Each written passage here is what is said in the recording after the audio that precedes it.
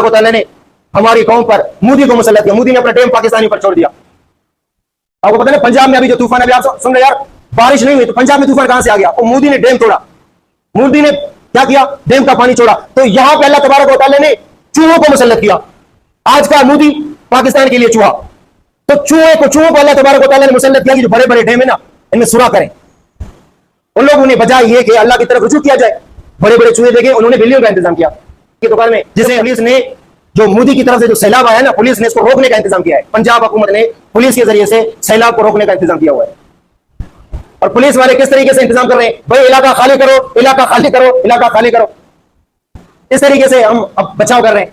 यानी अल्लाह की तरफ कोई रुजू नहीं। अल्लाह कभी मोदी को मुसल्लत कर रहे, कभी किसको मुसल्लत कर रहा है, कभी किसको मुसल्लत कर रहा है।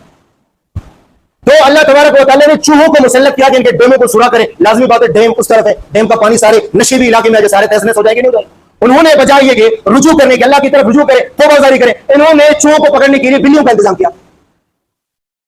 किस चीज का इंतजाम किया? भाई हमारी पुलिस रोक देगी सैलाब को, तो उन्होंने क्या किया? बिल्लियों का इंतजाम किया। इतने बड़े बड़े चूहे कि चूहों ने बिल्लियों पर हमला शुरू कर दिया।